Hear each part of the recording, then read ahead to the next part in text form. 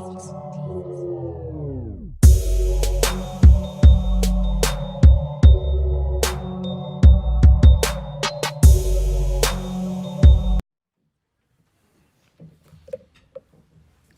my opponent ready? Yep. And judges, you guys good? Let's begin. I affirm that the United States ought to provide a universal basic income.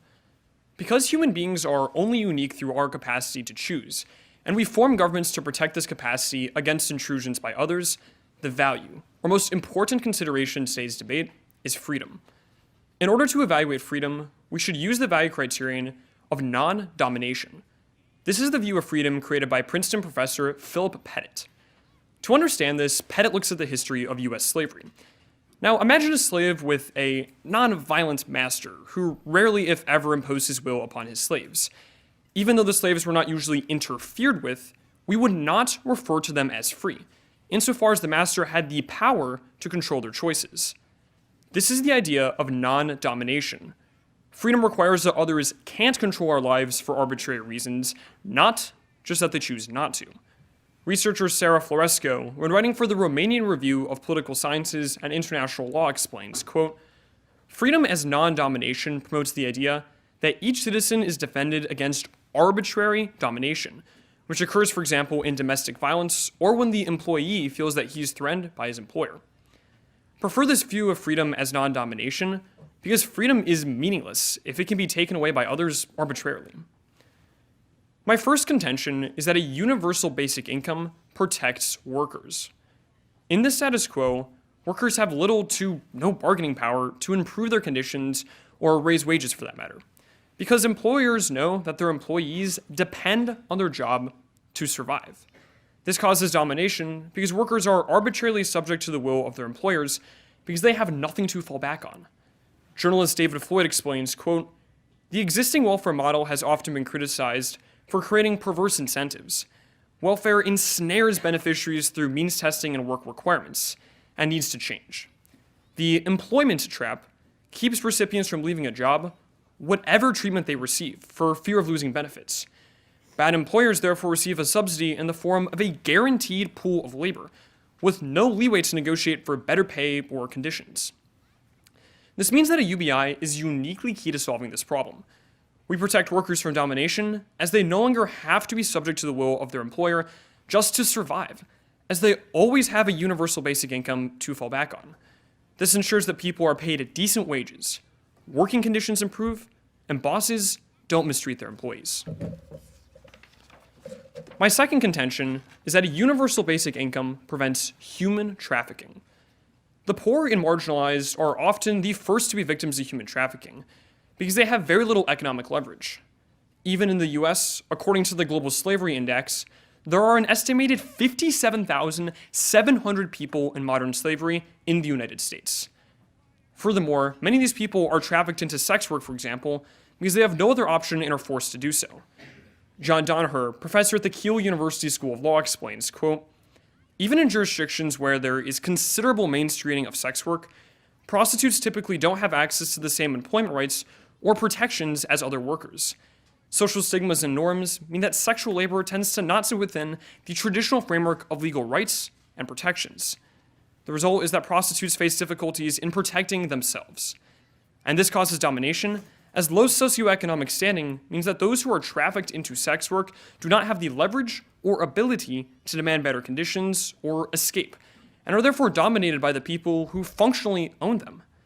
Furthermore, status quo welfare programs do not solve this problem, because they don't give power to those who aren't officially employed in the eyes of the law, like prostitutes, for example, or child workers. However, a universal basic income solves this problem, and prevents domination by unconditionally giving every human being economic leverage, so people are no longer forced to sell their bodies. My third and final contention is that a universal basic income prevents intimate partner violence. Intimate partner violence, or sometimes called domestic violence, occurs in a relationship when one partner has control over the other and can exert their will through violence. This is a form of domination, as even if the abusive partner sometimes allows the other partner to be free, they can also restrict their freedom whenever they want for whatever reason. Professor Philip Pettit furthers, quote, suppose you live in conditions where you depend financially on your partner. In such conditions, they are likely to control you. You would live under their control, almost straining to keep within their restrictions, unless there is an effective, financially viable alternative, such as that what a UBI would provide. Other protections might be available here, but none of these are likely to be equally effective. When one partner is dependent on the other to survive, they become subject to the will of the abusive partner, thus causing domination. Since abuse victims often flee with nothing but the clothes on their back, status quo welfare is insufficient, as people are scared of not being eligible for welfare programs or of not being able to get them. So they stay in an abusive relationship because they do not have the economic leverage to leave. Furthermore, abusive partners oftentimes control the complex registration required for welfare programs, so that makes leaving even more difficult. Only through a universal basic income do we ensure that people have the economic leverage to leave an abusive relationship and thus prevent domination from occurring. At the end of the day, because a UBI prevents domination caused by abusive bosses, it prevents human trafficking and allows people to escape violent relationships, and therefore promotes true freedom. For these reasons, I urge you to stand with me and affirm. Thank you.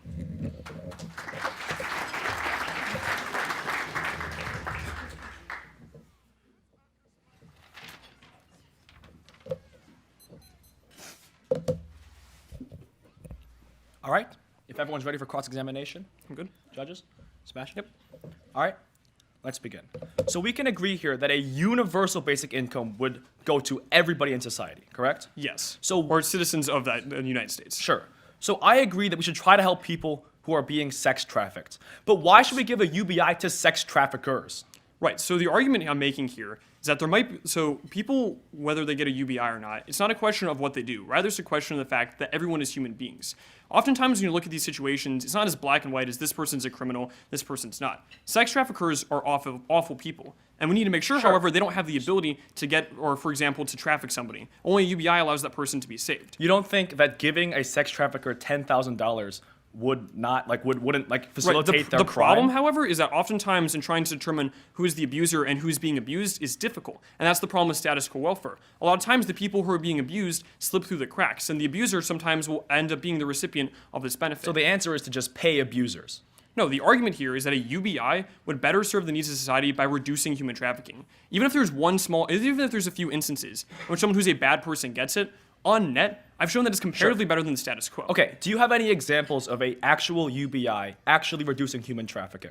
I mean, there are litany of experiments around the world that show things like crime, for example, decrease. Okay, but specifically about human trafficking, any examples? I mean, I don't have a specific experiment to study that. Do you have any examples of a UBI actually solving for spousal abuse? No, I think there's a lot of scenarios in which violent crime has decreased. Okay, but so do you have yeah, any... I would say spousal abuse is a form of violent crime. So yeah, if you look at it, I mean, there's litany of experiments around the world that show this is the case. Okay, so let's go back to the first question then. So we agree that a UBI goes to everybody. Yes. So why should, say, the wealthiest 5% deserve a UBI? Because the wealthiest 5% end up paying that money back in taxes because of how our progressive tax system works.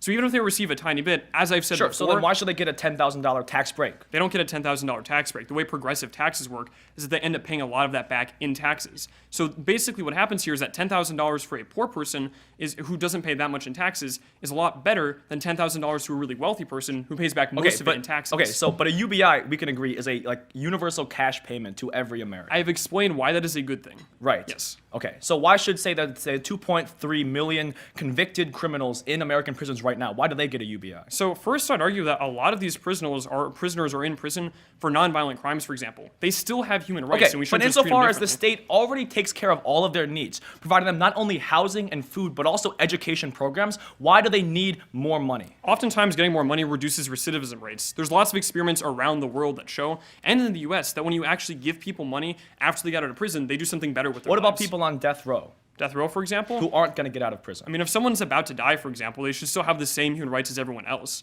I don't think in a society Do you think a UBI is a human right? Yeah, that's what the affirmative shows. It shows that on balance, we reduce the kind of domination that's bad for society. Okay.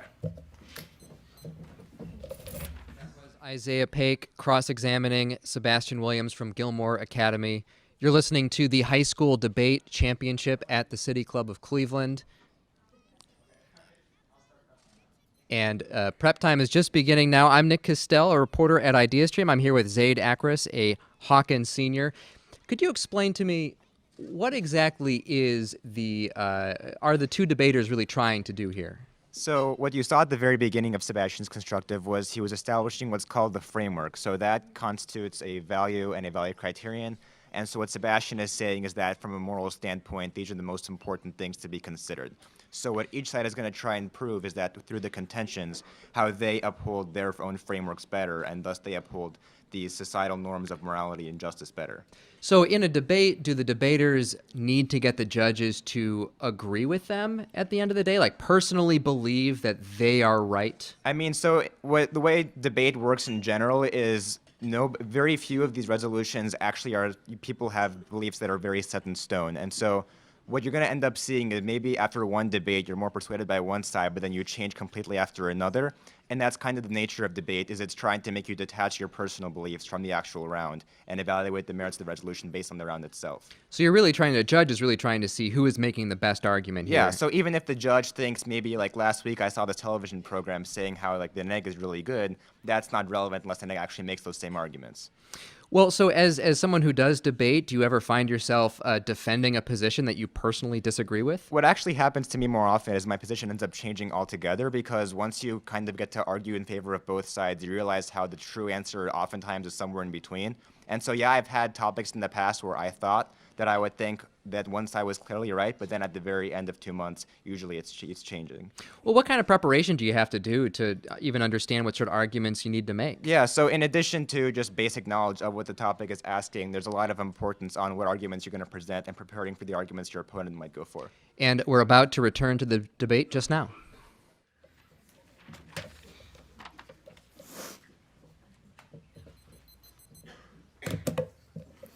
All right, for this speech, I will start by reading my constructive case and then rebutting my opponents. Is everybody ready? Yes. Sebastian? All right, let's begin. I negate the resolution. Resolve, the United States ought to provide a universal basic income. The value for the round shall be justice, defined as giving each their due, because we have no sense of right and wrong without some notion of dues. The best way to evaluate justice is through the value criterion of promoting societal welfare. Societal welfare is the overall well-being of society through the lenses of health, safety, order, and economics. We created the United States to promote our well-being, and therefore we are due well-being. Government fulfills this obligation by protecting rights, but also by providing benefits to help its citizens. Universal basic income is a cash transfer of an equal amount to all individuals in a country, as defined by the International Monetary Fund. Henceforth, I will refer to it as a UBI. My first contention is that our current social safety net is better than a UBI at promoting societal welfare. There are 3 reasons for this. First, it's targeted. The social safety net is the broad term for the many programs our government has created to help the disadvantaged, including Medicare, Medicaid, Social Security, disability insurance, the Earned Income Tax Credit, food stamps, and unemployment compensation. These programs were created to meet specific needs in our society. Pell Grants cover poor college students. Unemployment insurance covers those who lose their jobs, and Medicaid covers all sorts of medical care. Targeted aid better meets specific needs, whereas a UBI would just hand out money regardless of need or benefit, meaning less goes to those who truly need help. Second, the social safety net is adaptable. According to thebalance.com, after the 2008 housing crash, 13.1 million Americans benefited from an extension of the time limit on unemployment benefits by 33 weeks. Or, after World War II, President Roosevelt created the GI Bill, which provided 7.8 million veterans with education and work training. In fact, the entire modern social safety net was created in response to the Great Depression. Clearly, targeted support can respond to specific crises and better solve them, something that a UBI cannot do. And finally, current welfare programs are effective. According to Robert Greenstein, president and founder of the Center on Budget and Policy Priorities, our current system is responsible for lifting tens of millions of Americans out of poverty each year, including millions of children. And so, because our social safety net is specific, adaptable, and effective, it is better than a proposed UBI at promoting societal welfare. My second contention is that a UBI would devastate our social safety net. We see this in 2 ways. First, economically. There's no way to get around the dollar figures. A livable $10,000 UBI to the over 300 million Americans would cost over $3 trillion. Compare this to, as nationalpriorities.org finds, the total U.S. federal budget in 2015 of $3.8 trillion. Clearly, a UBI would necessitate cutting current spending. The Congressional Budget Office explains that we spend $2.6 trillion on our current social safety net, both in large programs like Medicare and Social Security, and in smaller programs like the Earned Income Tax Credits. So much of this spending would certainly be cut. There's only so much money the government can tax or borrow, and even small spending cuts can be devastating. Our total Veterans Benefits program costs about $100 billion, but the Department of Veterans Affairs still saved 120,000 homeless veterans from homelessness in 2016. And second, politically. Even if we didn't cut funding for the social safety net, many would claim that a UBI would make it redundant. Many conservative economists like Milton Friedman advocated for an unconditional cash income replacing other targeted programs. And the American Enterprise Institute asserts that a UBI would only be acceptable if it was, quote, financed by getting rid of Social Security, Medicare, Medicaid, food stamps, supplemental security income, housing subsidies, welfare for single women, and every other kind of welfare and social services program, end quote. In other words, elimination of the entire existing social safety net. This rhetoric makes it a political reality that providing a UBI would mean cutting holes in our social safety net and letting some people fall through. In conclusion, I want to help poor Americans as much as the affirmative. However, I know that the best way to help the poor more is to give more help to the poor. Now, on to Sebastian's case. On the framework of liberty and non-domination, 2 points here. Number one, those are not absolute goods. For example, if I want to use my freedom to hurt somebody else, like a sex trafficker or an abusive spouse, we ought to limit their freedom. But second, it doesn't cover all of government's obligations. If government just kept us free and didn't provide anything for our social welfare, then that would not be enough. We obligate our government to do more. What that means is my framework of justice and societal welfare better encompasses the scope of this round and of our governmental obligations. On my opponent's case, I want to start off by an observation against his case. So every time he lists a specific group of people and says we need a UBI to help that group, what he's really saying is we need to target that group with a program. He needs to show why we need to help every single person, why every single person needs this UBI. And until he does so, we should not have a universal basic income. On my opponent's specific case, on Convention 1, yes, I agree that some workers are being harmed, but he needs to show why we need to give money to the people who are harming those workers. Second, we can help these workers in the negative world as well through things like unemployment. And third, a UBI actually will drive down wages and workers' benefits in two key ways. First, according to Daniel Zamora of Cambridge University, a UBI would mean that some workers can work for less, meaning that in order to stay competitive, other workers will also have to work for less, driving down all of everybody's wages. And second, economically, by injecting a lot of money into the pockets of consumers, we're just going to be increasing inflation, meaning that every single worker now has less buying power. Then on the second contention about preventing human trafficking. So again, he's advocating for giving money to human traffickers. Second, people who are human trafficked are often non-citizens or not registered, meaning that we wouldn't be able to provide them a UBI in the first place. But third, we can solve this problem by solving for poverty. Again, as he says, the cause of this problem is that people are poor and they have no other option. But remember that our current social safety net lifts tens of millions of people out of poverty every year. We can already solve through targeted programs. On Convention 3, my opponent says we can limit partner violence. So number one, this UBI money can be abused by the abusive partner. My opponent says that they're controlling all the finances. They control the welfare programs. So if a UBI would go into that household, the abusive spouse would take that money and use it to abuse the partner more. He's not solving for this problem. But additionally, we can solve these problems specifically with other programs, like the Women and Infants and Children program that's only there to help battered women leave their houses. We have a targeted program already in place to help these women. And finally, we need to look at an actual UBI. When a UBI was granted the Seneca Nation, it not only increased crime, but also increased poverty. So in the real world, when we see UBI programs actually in place, they are ineffective and don't create justice. So for all these reasons, I negate. Thank you.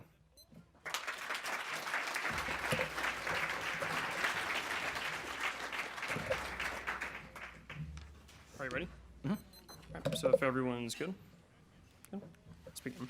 So So you talk about societal welfare, right? Yes. So what's to prevent like the majority of society, people who hold a popular belief, from just abusing people they disagree with? I mean, that's how democracy works. Like we decide Right, but you things by talk about majority. just societal welfare. You Sure. say that's the ultimate goal of society. Right. So what if there's like minorities in the society, for example, that society as a whole doesn't like? Doesn't your framework allow them to be persecuted Well, 'cause it's they're for the best insofar of as society? insofar as they're also part of society, their well-being is also important in societal well-being. So how do we value competing forms of well-being then? I would say that it's the government's job to look at aggregates. So we can look at these Okay, so different. that goes back to the idea So- of what I said before. If a majority of people hold a certain belief, what's to prevent them from imposing that belief on a smaller group of people? Okay, so that's why we that's why we create things like laws and rules, right? We create. Right, so we want to make sure that people aren't arbitrarily hurting each other, for example. Sure. Okay, that's fine. Let's talk about your first contention when you talk about how it's the status quo is better. Why is this mutually exclusive? So Why I can't we would- keep some status quo programs and have a UBI? So that's my entire second contention. I tell you, not only would it be economically infeasible, it would be politically infeasible as well to have both programs. Wait, I'm confused though, because you talk about how we're able to extend welfare when certain times of crises occur. Sure. So does that mean that politically we would just extend welfare to account for adding a UBI, for example? No, because what you're advocating for is not extending welfare. It's suddenly creating $3 trillion every single year. Yeah, people still pay taxes on that though, right? For example, the top 1% would pay more in taxes on their UBI than a poor person would, for example, right?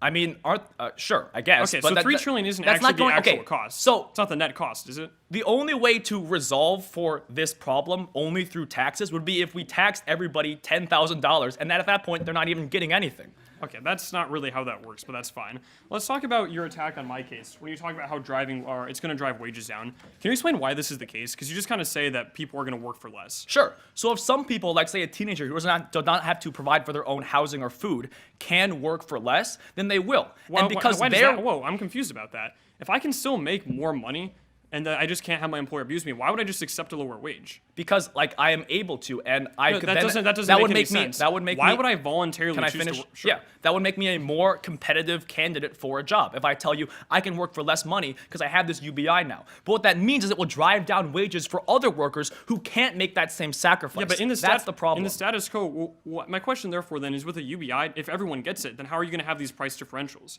You said that someone who doesn't have that leverage, but if everyone has a UBI, does that mean that the Sure. wage problem isn't? I gonna agree. occur? Everyone will have a UBI, but not everybody has the same economic needs. So if I'm a mother of 2 children, I still only get 1 UBI, which is not going to be enough to support me Do the and children my not get a family. UBI? I thought you said everyone in the United States gets a Okay, UBI. sure. So children would also get it then, okay? All right, but they are not workers, so they still have less home income for the home. All right, I think we're out of time. Okay. Thank you.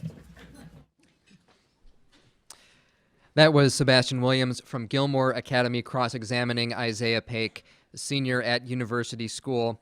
I'm Nick Castell from IdeaStream. I'm here with Zaid Akris of Hawkins School. This is the high school debate championship at the City Club of Cleveland on 90.3. So when we hear political candidates debate or we see like TV pundits debate each other, usually when we try to judge, well, who won that debate, we look at like, well, who looked the best, who sounded the best, who had some good zingers. Yeah. How do you win this kind of debate? I mean, there definitely is a component where it's important to be a good speaker, but in essence, what debate is supposed to be about is once the two sides have established the most important values for the round, it's all about who best uphold those. Because if you guys can both agree, for example, freedom or well-being is the most important thing, whoever proves they best uphold that, therefore, functionally wins the round. So, like, what actually goes into making a good argument then? So the argument's going to have 2 things to be successful. First of all, you have to warrant it and explain why it is true. But second of all, the impact is just as important, where you have to be able to explain, even if it's true, why does it matter? So it seems like you've really got to do some research beforehand so you can cite studies or show real-world impact. Yeah, absolutely. Now, do you have to go to the place of you know, not just showing why something is right, but showing like that it would actually be feasible and would work, and sort of say politically whether this would happen? It's there's kind of a gray area there because ideally Lincoln Douglas debate as a debate on values is detached from sort of the practicality of things, but then when you actually explain the real world implications of these things, so if you can show that something is inevitable, that's a lot different than saying it won't actually happen. And so yes, there is a lot of debate about the politics therefore, because if you can explain how the politics mean voting A for neg, make something else happen inevitably, then yes, that's definitely relevant to the round. Well, so the way I understand it is that when you're doing debate, you often work with the same question or the same resolution for multiple weeks. So it's 2 months in Lincoln Douglas debate, and then different debate events have varying lengths for their resolutions. So our debaters have had this question before, and they've, so they've Yeah. gone through a couple rounds of this So already. this was a resolution for states the first weekend of March, and so we've had this topic for just under a month now. So this will only be the second time they're debating it at a tournament, but they have definitely had lots of rounds of practice on it at the actual state tournament. I see. So you do get to get some practice in this and Yeah. coming up with your arguments. Yeah. Well, it looks like we are about to return to the debate just now.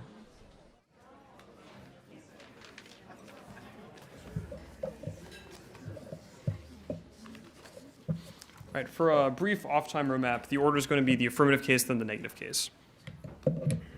Is everybody ready? That's good. Let's begin.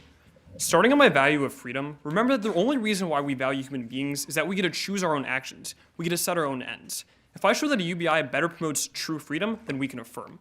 The value criterion of promoting non-domination is key, and my opponent really didn't address this.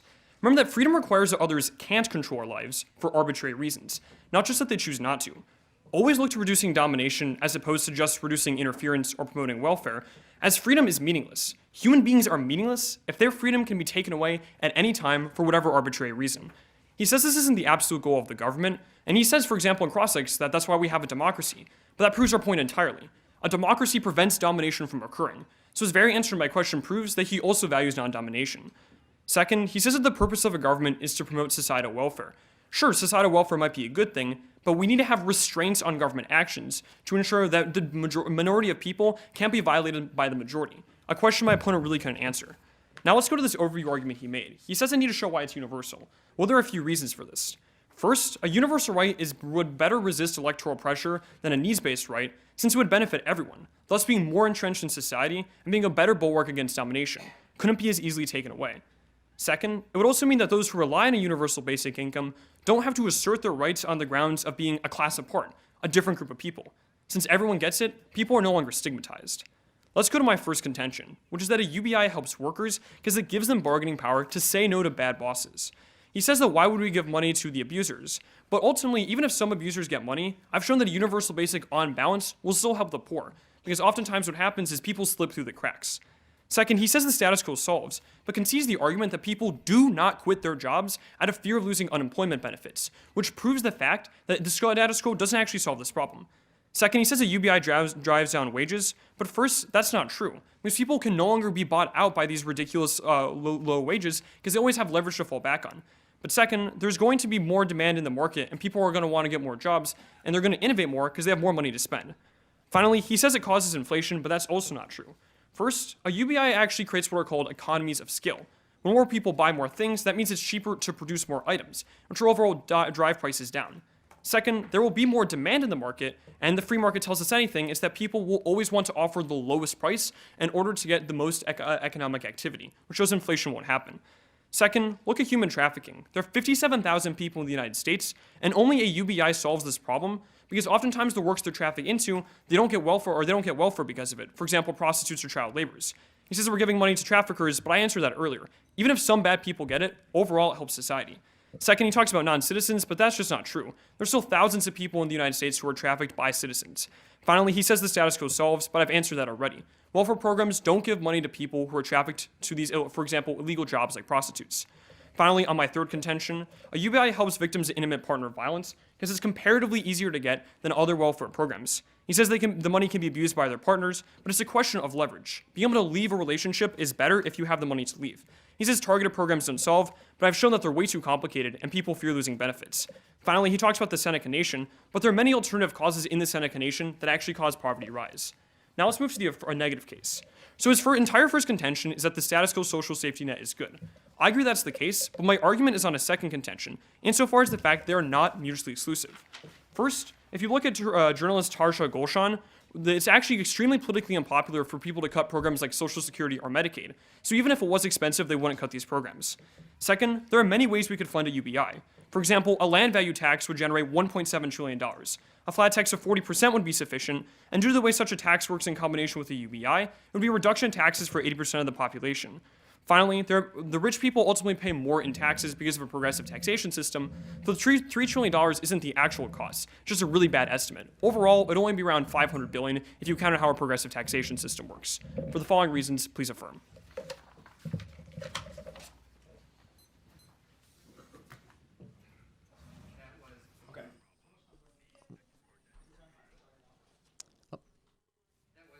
Sebastian Williams, a senior at Gilmore Academy, debating with Isaiah Paik at University School about the question of universal basic income.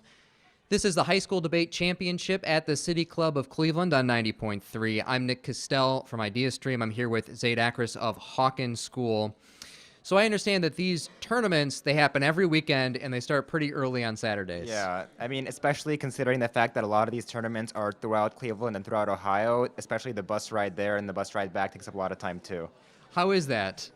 I mean, I would say if it definitely is not a great time to wake up that early, but people still do it because debate's that important to them. And so I would say that that is a testimony to how important debate is to a lot of kids. And you're often spending like almost all day in these schools, right? Yeah, I mean, it's definitely the vast majority of your Saturday. And even when you do get back, you're often way too exhausted to do anything else productive. So it definitely takes up your whole Saturday. Well, what are these tournaments actually like? Do you have multiple rounds that you go through? Yeah, so in Lincoln Douglas, for example, you'll have 4 rounds, 2 on each side. And so you'll have to debate both sides of the resolution at every given tournament, and you'll debate against all types of opponents, all types of judges. Now, I think some people, when they think of like high school or college debate tournaments, they think about the event where people talk really, really fast. This is not that, right? This is not that. High school debate does have that. It's called policy debate, but Lincoln Douglas debate in Ohio, at least, is not like that at all, no. It's not like that. This is more about sort of taking a little bit more time. Yeah, yeah, for sure. Well, is there anything that you've got to do to stay up on like current events to make sure that you're sort of well informed enough to go into these debates? Yeah, so a lot of debate arguments are going to have some connection to the real world, and thus the more informed you are of the real world, the more informed your arguments will be in turn. But I mean, a lot of Lincoln Douglas debate topics are very ongoing issues, so like gun control, free speech. These are things that aren't just right in the news today. They're things that have been in the news for a while. Oh, that's interesting. So what other topics have you debated this year? So, for example, this year we debated whether or not plea bargaining ought to be abolished. We've also debated if wealthy nations had moral obligations to give money to poor nations.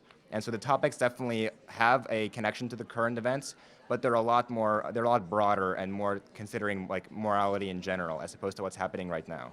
Now, when you go into these debates, are you allowed to like bring anything with you, your notes or anything like that? Yeah, you can bring whatever you want pretty much, except for anybody else to help you. Except for there's no lifelines. Right, no lifelines. All right, and we will be returning to the debate just now.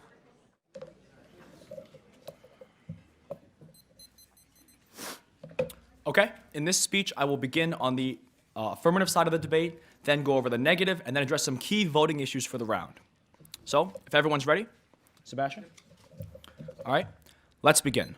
On my opponent's framework, he tells you in his last speech that we need to be free. We need to have this liberty to set our own ends and live our best lives. And I agree, that's important. I'm not saying we shouldn't care about this, but what I am saying is 2 things. First of all, these freedoms are not unlimited. For example, if Sebastian wanted to use his liberty to abuse his spouse or sex traffic somebody, as he talks about in his case, that would be unjust and we would want to limit that. But more importantly, remember that government has other jobs. If our government just kept us free and provided us no benefits, we would say that's an insufficient and illegitimate government. We want government to do more. We want government to help the welfare of all of society, which is why we should look to my framework, which better encompasses all of government's obligations.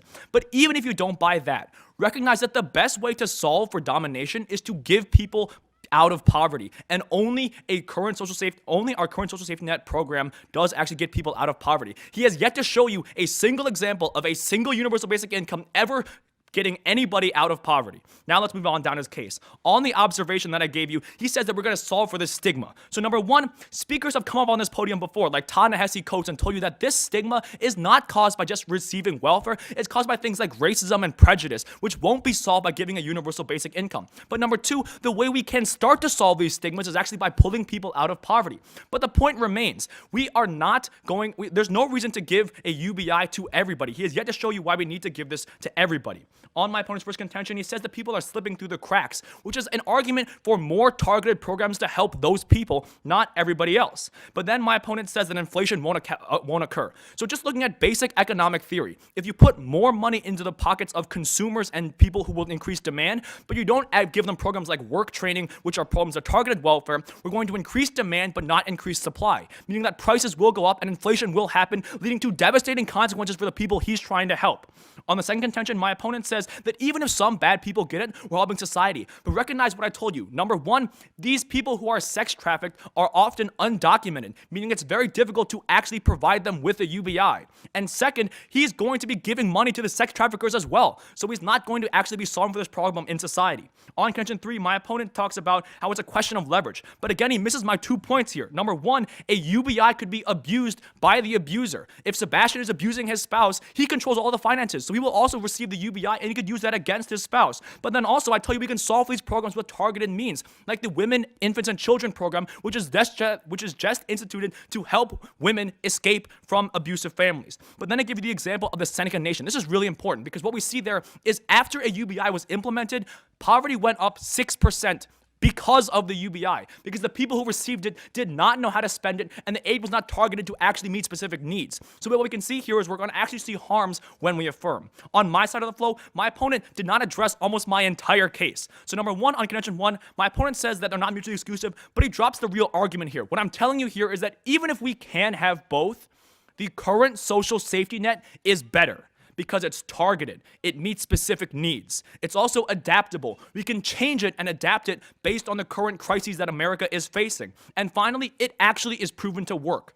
The most important evidence in this case is when I tell you that our current social safety net pulls tens of millions of people out of poverty every year. That's huge because my opponent has yet to show you any kind of number for how many people a UBI would save. On contention 2, my opponent says we can find many ways to pay for this. So number one, he says that the cost would end up being about $500 billion. So even if we cut $500 billion from our social spending programs, that could be the entirety of Veterans Affairs, for example, which is currently lifting, again, 123,000 people out of poverty or out of homelessness every year. But even so, my opponent can try to come up with these new tax plans, but recognize that a UBI, no matter how you slice it, will be about $3 trillion. He can't just make that money up out of nowhere. But second, on this point about policy, my opponent says that it's unpopular to talk about cutting welfare programs in the status quo. Yes, that's true. But when people propose a UBI, they often propose a UBI as an alternative, and they do so because it would be politically unpopular to have both things. So it makes sense that even if we have the money to do it financially, it wouldn't make sense politically to have both things. Meaning that if we have a UBI, if we affirm, it will lead to cuts to welfare. And because welfare actually works,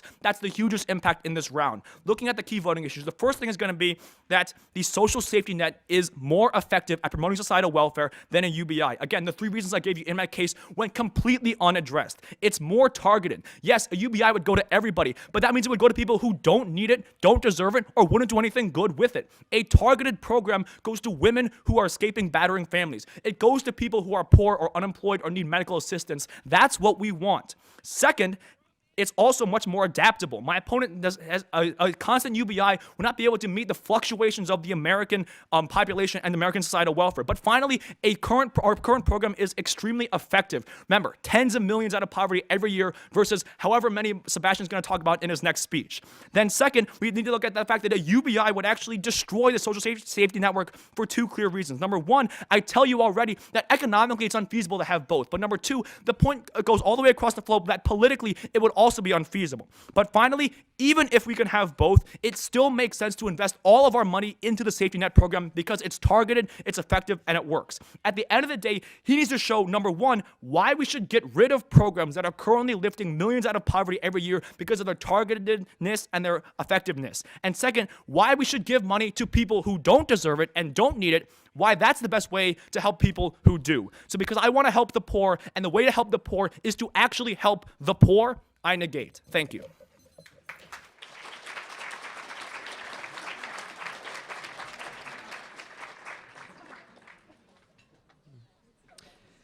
That was Isaiah Paik at University School, and we'll soon hear from Sebastian Williams at Gilmore Academy at the High School Debate Championship at the City Club of Cleveland.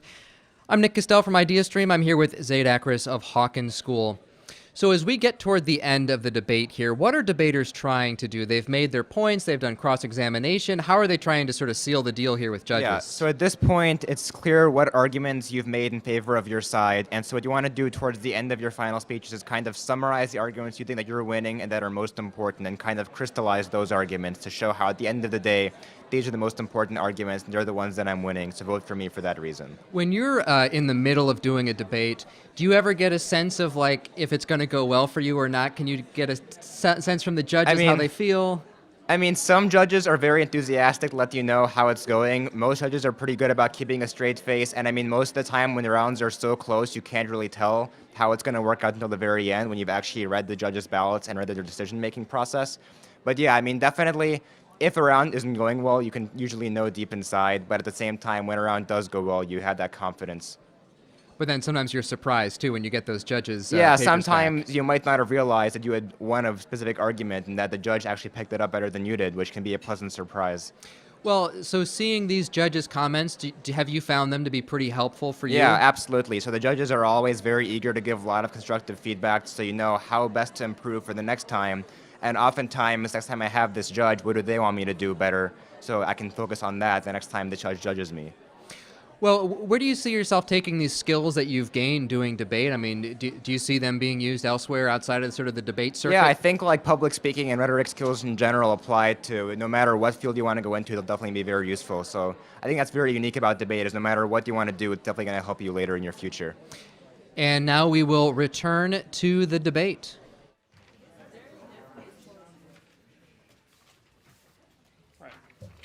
So for a brief off-time roadmap, it's just going to be a few key reasons why, at the end of the day, affirming is the best option. So is everybody ready? Let's begin. So the entirety of my opponent's last speech was basically predicated on the idea that if we have a UBI, we will have to cut status quo welfare programs. What that means is that all of his arguments, the last 6 minutes of what my opponent said, are contingent upon him showing that welfare and a UBI are mutually exclusive. If I'm able to demonstrate there are at least some benefits to a UBI, and that we can have both programs, then we can affirm. So knowing that, let's do our first key voting issue, which is the AF uniquely solves for problems in the status quo welfare systems.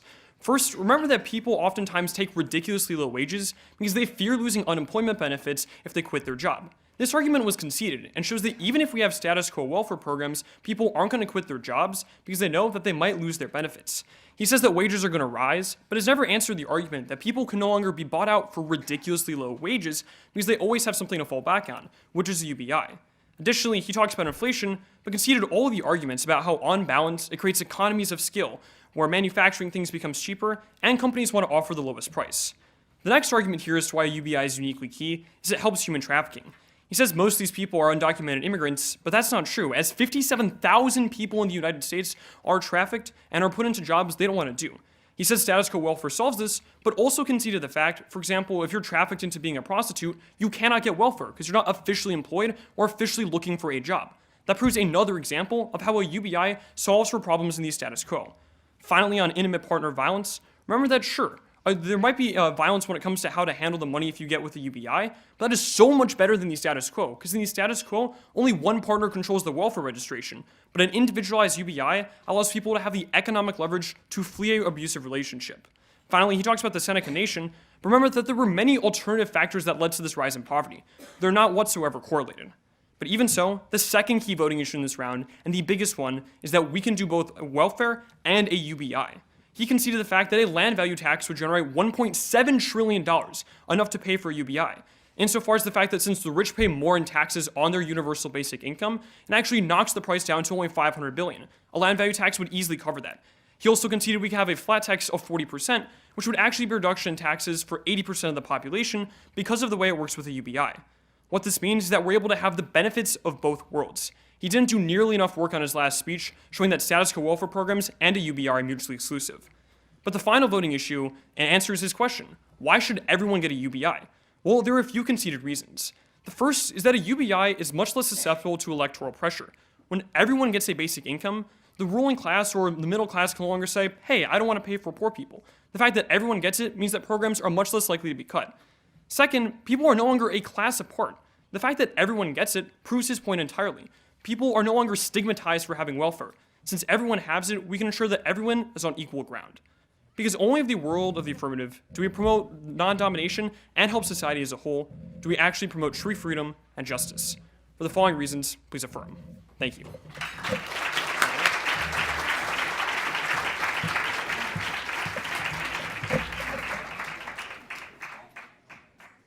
Okay, ladies and gentlemen, we're at the end of an extraordinary debate. Can we get another round of applause for Sebastian Williams and Isaiah Paik?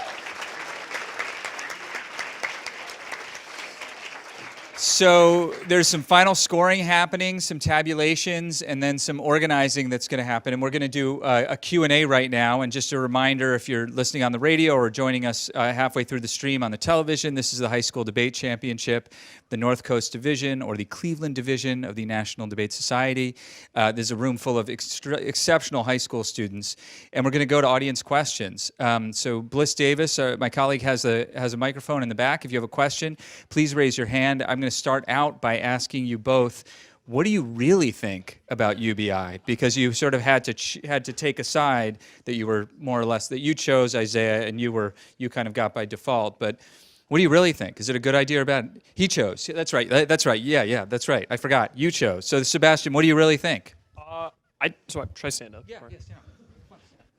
So I genuinely believe the argument that a UBI solves for like cracks in the status quo welfare programs. I think that there's a lot of reasons as to why like the welfare we have right now will often lead to people not wanting to quit an abusive job, for example, because they're scared they're not going to get benefits. I think we just make it a lot simpler while still having welfare. We're able to get the best of both worlds. That's an argument I genuinely believe.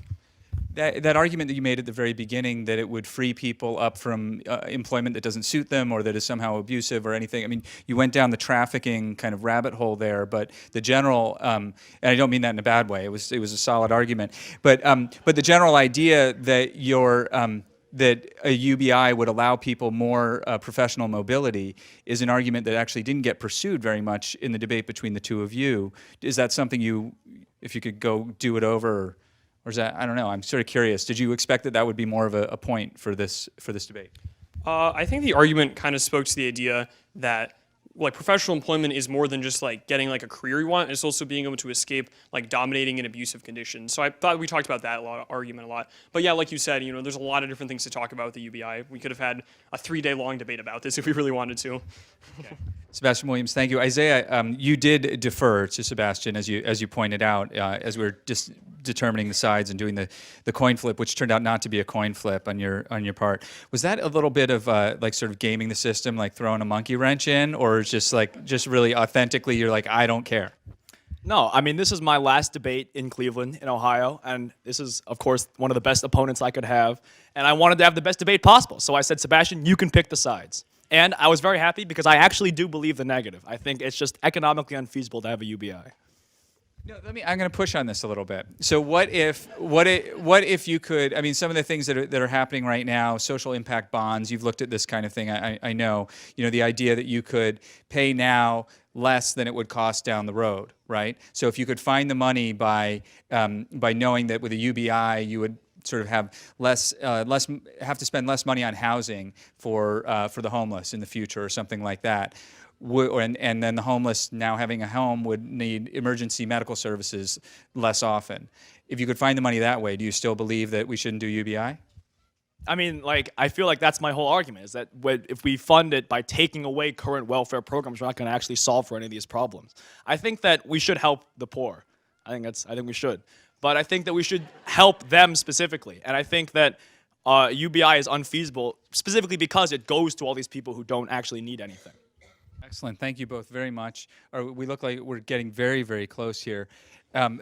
So close. I wanted to congratulate you, by the way, Isaiah, on working into your comments the names of 2 former City Club speakers. I don't know. I know. I could see you sort of moving towards Ta-Nehisi Coates, but I don't know if you knew that Bob Greenstein spoke here last year. Oh, really? Yeah, he did. Yeah. So well done, you. I don't know if you get extra points for that, but the judging's already done, so it kind of doesn't matter. Are we ready? Do we have a winner?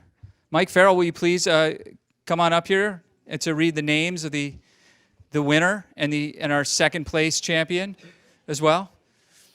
Both are champions. Are we doing this? No, we're not doing it? Okay. Are we still live on the radio, by the way, Nick? We are. Okay. All right. Come on up, ladies and gentlemen. Please welcome back Mike Farrell of Baker Hostetler. Thanks.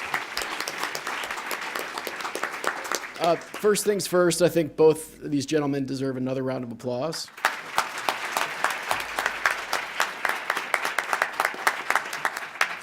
And then without any further ado, the runner-up, 2018 City Club Debate Championship, Sebastian Williams. Congratulations. Well done.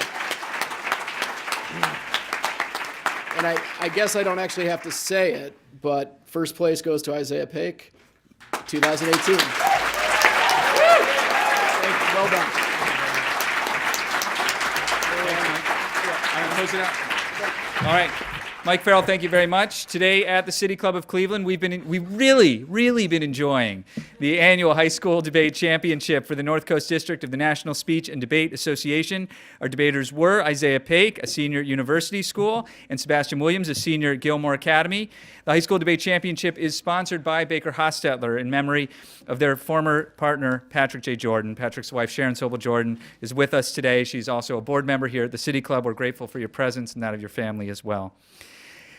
We also welcome students from so many local high schools. I'm not going to list them, and we thank all of you for being here today. That brings us to the end of our program, the end of the 2018 High School Debate Championship. You guys are amazing. Congratulations. You are all amazing people. Thank you for being a part of this. Our forum is adjourned.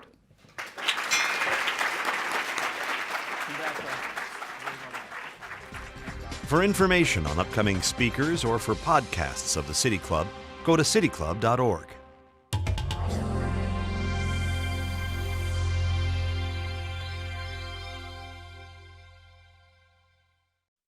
Production and distribution of City Club forums on IdeaStream are made possible by the generous support of PNC and the Raskin Family Fund, with additional funding from Robert Conrad, Cleveland State University, the Chautauqua Institution, the Cleveland Clinic, and the United Black Fund of Greater Cleveland Incorporated.